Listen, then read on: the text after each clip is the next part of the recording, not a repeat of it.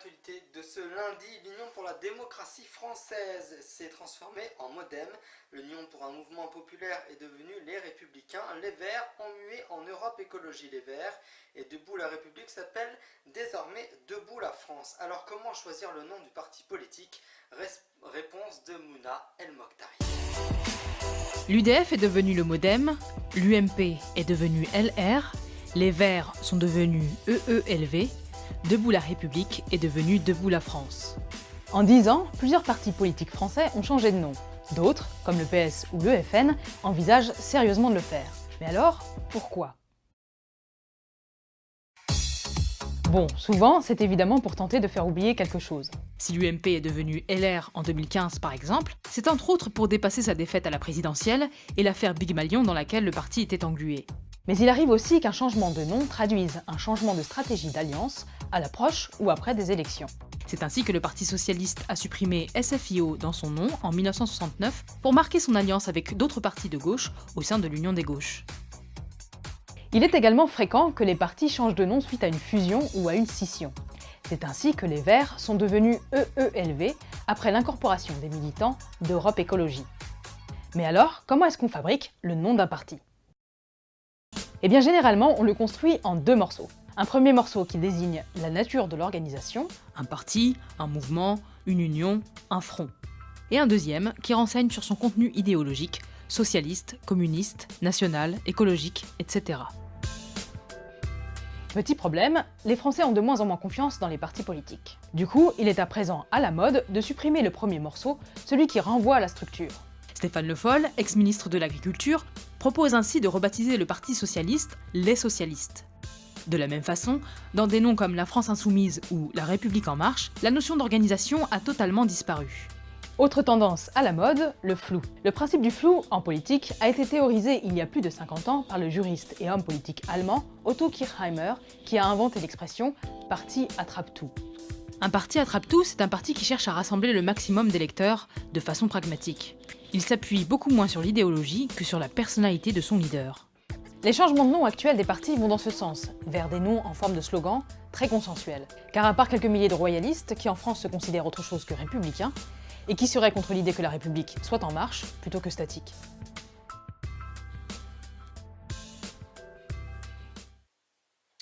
Jusqu'où peut-on innover ou encore inventer des goûts de rupture tout en continuant à faire rêver le consommateur? Je parle bien sûr de l'actu consacrée bien sûr à la cuisine, souvenirs d'enfance, retour de voyage ou techniques ancestrales revisitées. Voici le secret du chef Pascal Barraud lors de cette nouvelle création et donc de cette nouvelle saveur. Regardez.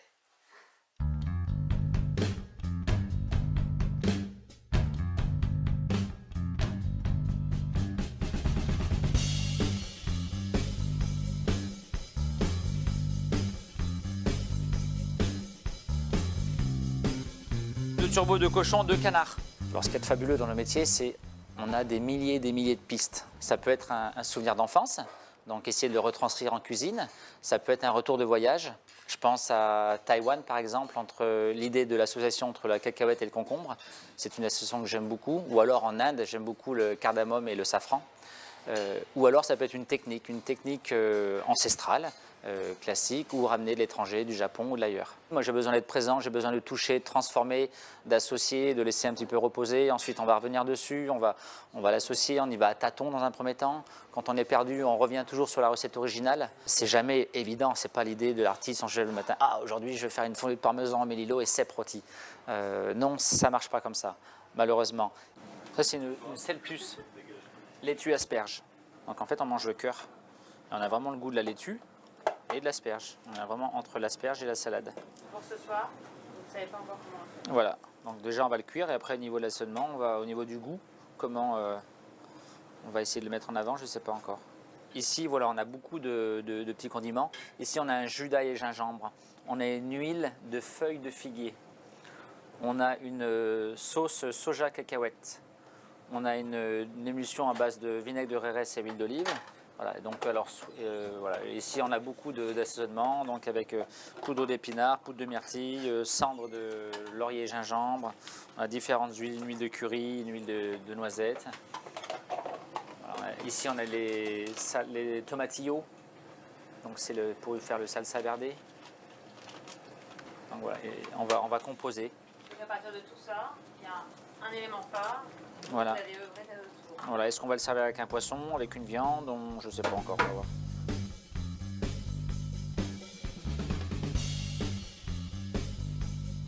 Pour faire rêver, bien entendu, il faut que ce soit un produit d'une qualité exceptionnelle, extraordinaire. Mais en fait, tous les produits sont égaux. Que ça peut être un oignon doux des Cévennes, un foie gras, ou aujourd'hui on a cuisiné un coing, mais le coing il a vraiment une dimension incroyable, parce qu'il a une longueur en bouche, la maturité est parfaite, c'est un coing sauvage qui a vraiment beaucoup de goût. Et j'ai fait goûter aux clients, ils me disent « Ah ouais, le coing c'est ça ». On avait oublié ce goût vraiment très profond, très intense du fruit. Pour réussir un plat, il faut maîtriser absolument 3 ingrédients. Bien entendu, c'est la cuisson, l'assaisonnement et la découpe. Et en fait, les 3 mots ne peuvent pas être dissociés. Si l'un des 3 ne marche pas, le plat n'est pas réussi.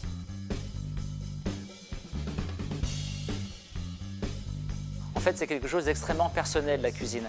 C'est pour ça que c'est assez difficile à expliquer et on n'a pas tous les mêmes références. Pour ma part, je pense qu'on peut vraiment associer beaucoup de produits ensemble. Et on en revient une fois de plus toujours au même, tout est une histoire de dosage. Je pense à un produit laitier avec un fruit rouge par exemple, ça marche. Je pense à l'endive, c'est un produit, la mer, beaucoup de personnes n'aiment pas l'endive. On a tous l'idée de l'endive trop amère. Moi j'aime beaucoup l'amertume. Donc on faisait une endive à un moment donné, il y a très longtemps, on faisait une endive caramélisée, servie en dessert, avec une sauce au spéculoos et banane. Donc voilà, ça c'est un plat, c'est un de nos plats signatures que j'ai fait il y a très longtemps. Donc beaucoup de clients aimaient. On a des clients qui n'aimaient pas parce que juste l'idée, la notion d'endive, avant même de goûter, ah non je ne peux pas goûter, on avait l'idée de l'endive. Après on a beaucoup de clients, on a le souvenir de la cantine, la salade de betterave rouge insupportable, horrible. Ou le chou-fleur qui ne sont pas bons, ou le brocoli.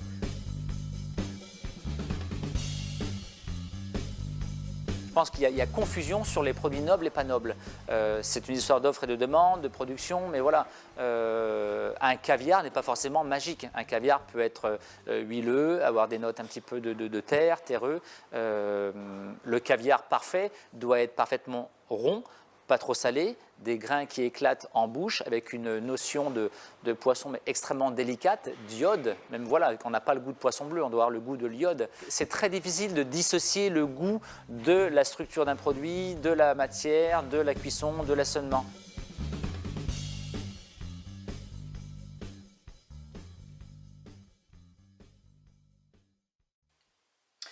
Depuis le 26 août dernier, la minorité musulmane de Birmanie est chassée vers la Malaisie sans espoir de retour. L'ONU évoque un exemple de nettoyage ethnique. David Cameron.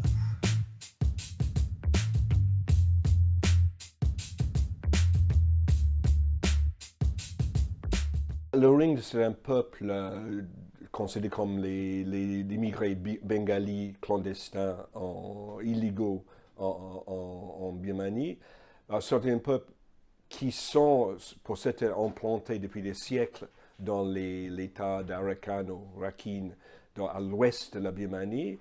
Mais les grandes vagues de l'arrivée de ces populations commencent en 1823 avec la colonisation britannique et continuent surtout au fin 19e jusqu'à la Deuxième Guerre mondiale. En rapport avec la situation actuelle, pendant la Deuxième Guerre mondiale, cette population se trouvait plutôt à côté des Britanniques contre la majorité Bama du pays qui a soutenu l'envahisseur japonais justement pour gagner l'indépendance.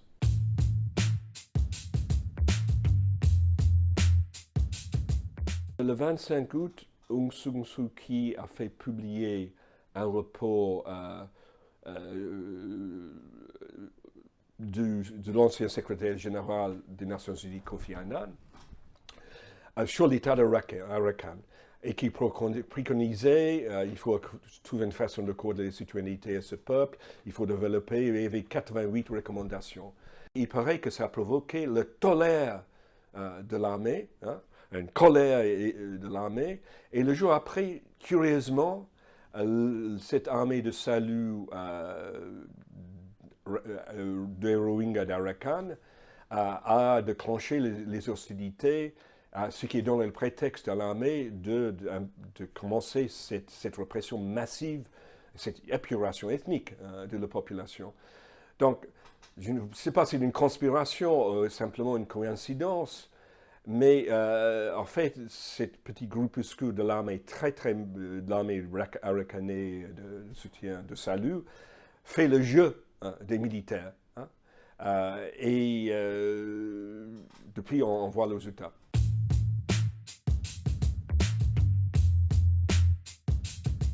Les militaires qui détiennent 25% des sièges au Parlement surveillent de très près l'action de Aung San Suu Kyi. Elle a été choisie par les militaires, excusez-moi de l'aider, pour être un peu une marionnette, pour faire rentrer la Birmanie dans la communauté internationale après 60 ans d'un État paria, pour être le visage respectable de cette Birmanie en train de se transformer, en train de se démocratiser. Elle a un soutien massif de la population, à la fois Bama, mais aussi d'autres minorités, mais par les Arakanais. C'est le seul État où son parti n'a pas eu de succès lors des élections de 2015. Le Parlement local est contrôlé par un parti arakanais bouddhiste. Donc, elle est dans une situation de faiblesse par rapport aux militaires. Le deuxième aspect de le silence est peut-être elle-même, son père, en 1946, considérait le Rohingya comme son père ennemi. Donc, elle a aussi cette attitude d'un Burma un Burma bouddhiste, qui considère de supériorité, que les seuls vrais Birmans sont les bouddhistes Burma, de majorité ethnique majoritaire. Et donc, il y a cet aspect peut-être personnel et aussi un aspect simplement de stratégie politique.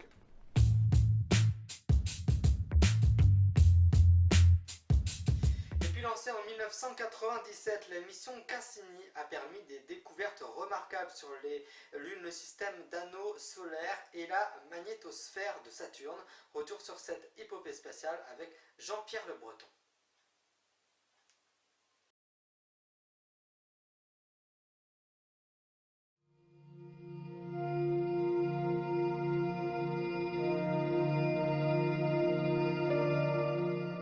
C'est une très belle collaboration entre les Européens et les Américains. Donc nous avons fait une exploration complète de Saturne, de ses anneaux, de ses lunes, de son champ magnétique. Donc c'est une exploration très détaillée, très complète. Huygens nous a révélé que la surface de Titan était absolument étonnante, fascinante et très diversifiée. Et donc nous avons avec Huygens vu un petit morceau de cette surface et nous avons pu, avec les observations que Cassini a faites pendant 13 ans, en passant au-dessus de Titan plus de 200 fois, nous avons vu que la surface de Titan était vraiment extrêmement complexe et pleine de surprises.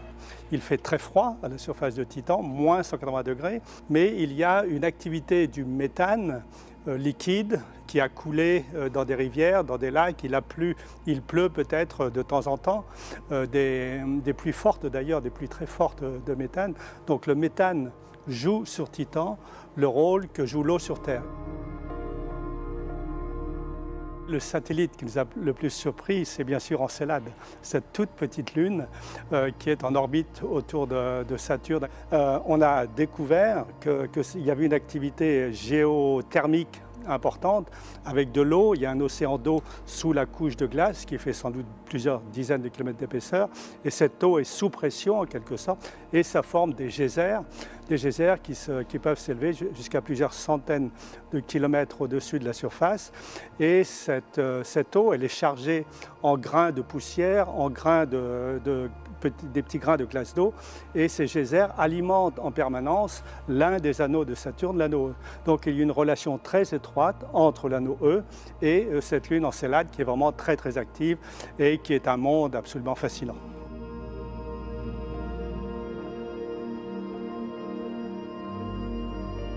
En fait, pour l'instant, il n'y a pas encore de réponse, mais ce qui est intéressant, c'est que la fin de mission, les 22 dernières orbites, ce sont des orbites très spéciales qui passent à travers un endroit très spécifique à l'intérieur des anneaux, et ce sont à partir des observations faites le long de ces orbites, on va sans doute avoir des nouvelles informations qu'il faudra en quelque sorte analyser, et avec toutes les autres informations recueillies pendant les 13 ans que Cassini a été en orbite autour de Saturne. Et là, on pourra peut-être donner des éléments plus précis à la grande question. Les anneaux de Saturne sont-ils vieux? Sont-ils jeunes? Sont-ils refabriqués régulièrement? La question de l'origine et de l'âge des anneaux est pour l'instant encore une question bien ouverte. Je travaille moi-même sur la mission Cassini, donc je suis vraiment très attaché. C'est vrai que j'ai fait un tiers de siècle sur cette mission, pratiquement toute ma carrière scientifique. Il y aura de l'émotion, c'est difficile à dire ce que je ressentirai la semaine prochaine, le 15 septembre, mais c'est sûr qu'il y aura un petit pincement au cœur. Mais en même temps, on se disait qu'il fallait bien finir la mission Cassini. Le vaisseau n'a pratiquement plus de carburant, il deviendrait incontrôlable. Donc il était décidé de terminer cette mission en beauté, en apothéose en quelque sorte. Et pourquoi la plongée dans Saturne? C'est pour qu'elle soit détruite, afin qu'elle ne puisse pas, si elle devenait incontrôlable, incontrôlée, qu'elle ne puisse pas impacter, par exemple, Titan ou Encélade, deux des lunes que l'on veut vraiment protéger pour l'exploration future, et surtout ne pas contaminer avec des germes qui pourraient encore être à bord de Cassini.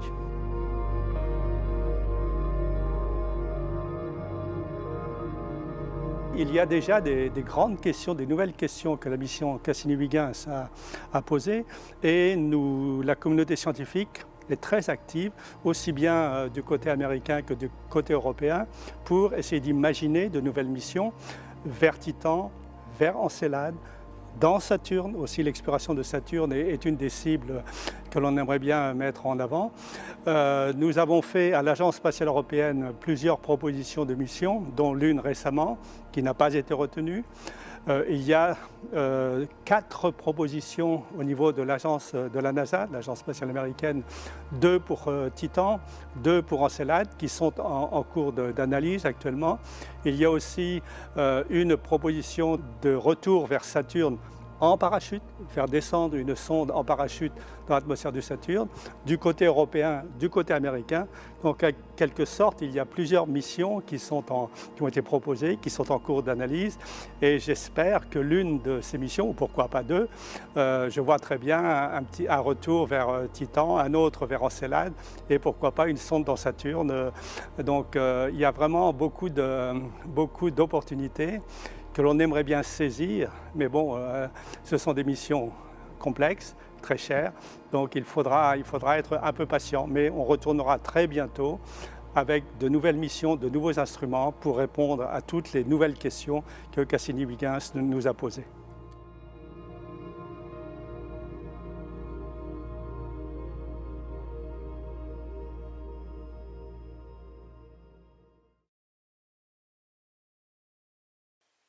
Et ainsi s'achève le Grand News. Merci de l'avoir suivi. Rediffusion tout à l'heure à 23 h. Je vous souhaite une très belle soirée. On se retrouve bien sûr demain à 20 h 30.